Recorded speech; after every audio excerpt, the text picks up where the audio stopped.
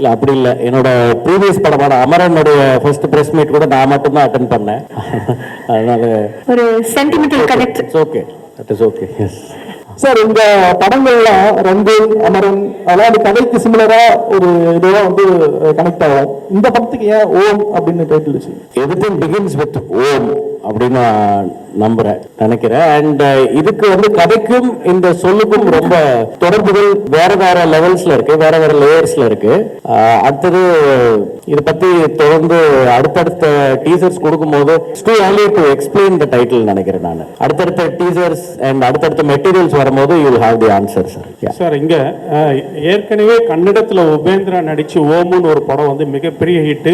இன்னைக்கும் அது ரசிகர்கள் மத்தியில் இருக்கு. அதே டைட்டில யூஸ் பண்றதுக்கு எனி ரீசன் சார்? இல்ல சார், இது இந்த படத்துக்கும் இந்த கதைக்குமான சூழலுக்கு ரொம்ப பொருத்தமான ஒரு வார்த்தையா இருந்தது. இப்ப நிறைய டைட்டில்ஸ் ரிப்பீட் ஆகுது. இப்போ நம்ம ஏற்கனவே பண்ண படம் கூட அது முன்னாடி 90sல ஏர்லியரா வந்த கார்த்திக் சாருடைய படம் தான்.